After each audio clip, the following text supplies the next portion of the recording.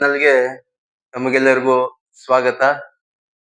ನಿನ್ನೆ ನಾನು ಲೆಸನ್ಸ್ ಕೊಡುವಾಗ ಕಂಜಕ್ಷನ್ ಬಗ್ಗೆ ತುಂಬಾ ಮಾತನಾಡಿದ್ದೆ. ಅದರಲ್ಲಿ ತಗೊಂಡಂತ ಬಟ್ ಅಂಡ್ ಮತ್ತೆ ಆರ್ ಎಂಬ ಶಬ್ದಗಳನ್ನ ತಗೊಂಡು ವಾಕ್ಯ ರಚನೆಯನ್ನ ಮಾಡ್ತಾ ಅದರ ಬಗ್ಗೆ ವಿವರಣೆಯನ್ನ ಕೊಟ್ಟಿದ್ದೆ. ವಾಕ್ಯದಲ್ಲಿ ಹೇಗೆ ನಾವು ಅದನ್ನ ಉಪಯೋಗಿಸ್ಕೊತಾ ಇದೀವಿ, ಬಳಸ್ಕೊತೀವಿ ಅನ್ನೋ ಬಗ್ಗೆ ನಿಮ್ಗೆ ಅದ್ರ ಬಗ್ಗೆ ಚೆನ್ನಾಗಿ ಕ್ಲಾರಿಫೈ ಮಾಡಿದ್ದೆ. ಇವತ್ತು ಕಂಜಕ್ಷನ್ ಅಲ್ಲೇ ನಾನು ಕರಿಲೇಟಿವ್ಸ್ ಅಂದ್ರೆ ಅಲ್ಲಿ ಒಂದಕ್ಕಿಂತ ಎರಡು ಸೇರಿಸಿ ಒಂದಕ್ಕೆ ಸಂಬಂಧವನ್ನ ಸೂಚಿಸ್ತಕ್ಕಂತ ಕರೆಲೇಟಿವ್ ಕಂಜಕ್ಷನ್ ಇಲ್ಲಿ ತಗೊಂಡಿದ್ದೀನಿ ನಾನು. ಇಲ್ಲಿ ನಿಮ್ಗೆ ಕರೆಲೇಟಿವ್ ಅಂದ್ರೆ ಗೊತ್ತಾಗುತ್ತೆ.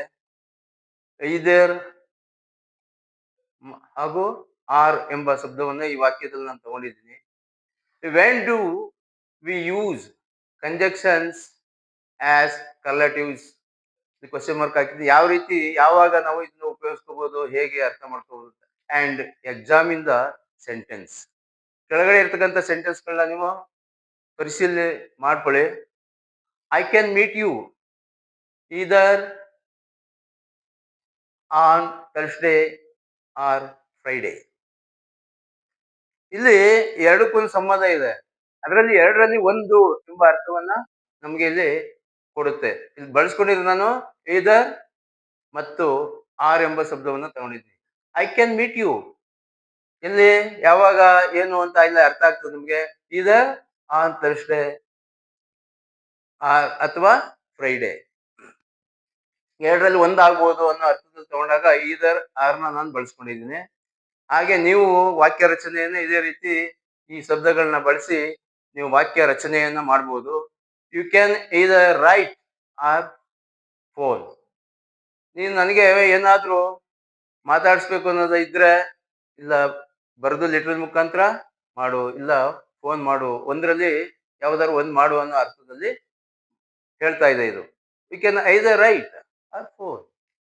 ನೀನು ಈ ರೀತಿ ಮಾಡಬಹುದು ಅನ್ನೋ ಅರ್ಥವನ್ನು ಕೊಡ್ತಾ ಇದೆ. ಮೂರನೇ ವಾಕ್ಯ either take it or leave it. ನೀನು ತಕೋ ಅಥವಾ ಅದನ್ನ ಬಿಟ್ಬಿಡು ಅನ್ನೋ ಅರ್ಥದಲ್ಲಿ, ತ್ಯಜಿಸು ಅನ್ನೋ ಅರ್ಥದಲ್ಲಿ ಈ ವಾಕ್ಯ ಇದೆ. ಮೂರನೇದು. ನಾಲ್ಕನೇದು ಇಲ್ಲಿ ಐದರ್ ತಗೊಂಡಿದೆ. ನೈದರ್ ಅಂದ್ರೆ ಯಾವುದು ಇಲ್ಲ ಎನ್ನುವ ಅರ್ಥದಲ್ಲಿ ಬರ್ತಾ ಇದೆ. ಈಗ ನೈದರ್ ನಾರ್ ಅನ್ನೋ ಶಬ್ದವನ್ನ ನಾನು ತಗೊಂಡಿದ್ದೀನಿ. ನೈದರ್ ರಘು ನಾರ್ ಐ ಈಟ್ ಮೀಟ್. ಇಲ್ಲಿ ಇಬ್ರು ನಾವು ಮಾಂಸವನ್ನ ತಿನ್ನಲ್ಲ, ತ್ಯಜಿಸಿದೀವಿ, ನಾವು ತಿನ್ನೋದಿಲ್ಲ ಅನ್ನೋ ಅರ್ಥವನ್ನ ಕೊಡ್ತದೆ.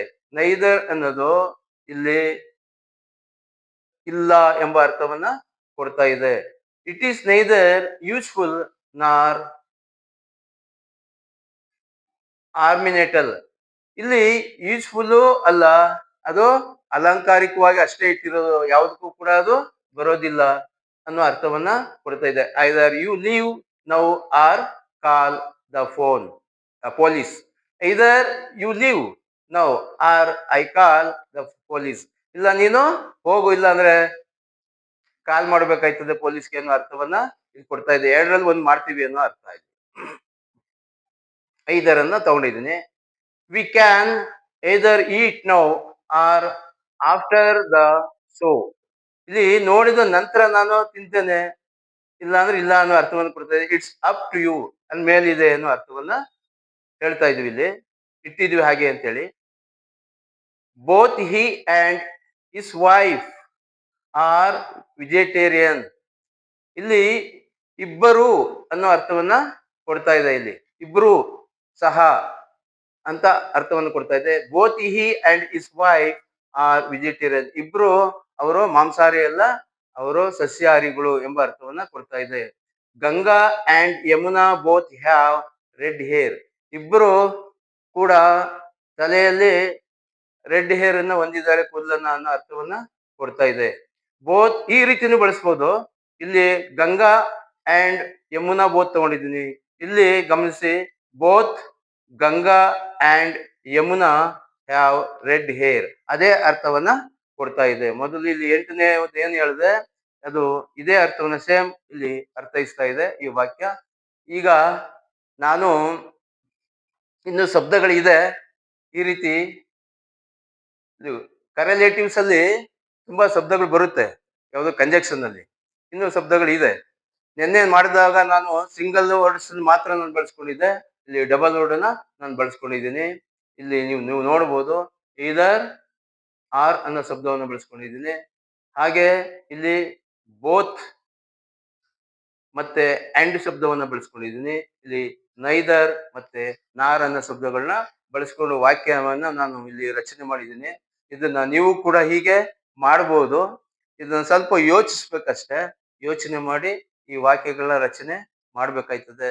ಹಾಗೆ ನಮ್ಮ ಯೂಟ್ಯೂಬ್ ಚಾನಲ್ನ ಅಂದ್ರೆ ವಾಕ್ಯ ಸಂಗಮ ಯೂಟ್ಯೂಬ್ ಚಾನಲ್ನ ನೀವು ಎಂದಿನಂತೆ ಬೆಂಬಲಿಸಿ, ಹಾಗೆ ಲೈಕ್ ಕೊಟ್ಟಿದ್ದೀರಾ ಕೊಡಿ, ಸಬ್ಸ್ಕ್ರೈಬ್ ಆಗಿ ಮೊದಲು, ಮತ್ತೆ ಬೆಲ್ ಐಕಾನ್ನ ಒತ್ತುತ್ತಾ ಹೋಗಿ. ಹಾಗಾಗಿ ನಮ್ಮ ಈ ಯೋಜನೆ ಮುಂದುವರಿತಾ ಹೋಗ್ತಾ ಇರ್ತದೆ. ತಾವು ಕೂಡ ಮುಂದುವರಿರಿ. ಚೆನ್ನಾಗಿ ಇಂಗ್ಲಿಷನ್ನ ಅಭ್ಯಾಸ ಮಾಡಿ. ಜೊತೆಗೆ ಮಾತನಾಡುವವರ ಜೊತೆಯಲ್ಲಿ ಮಾತನಾಡಿ.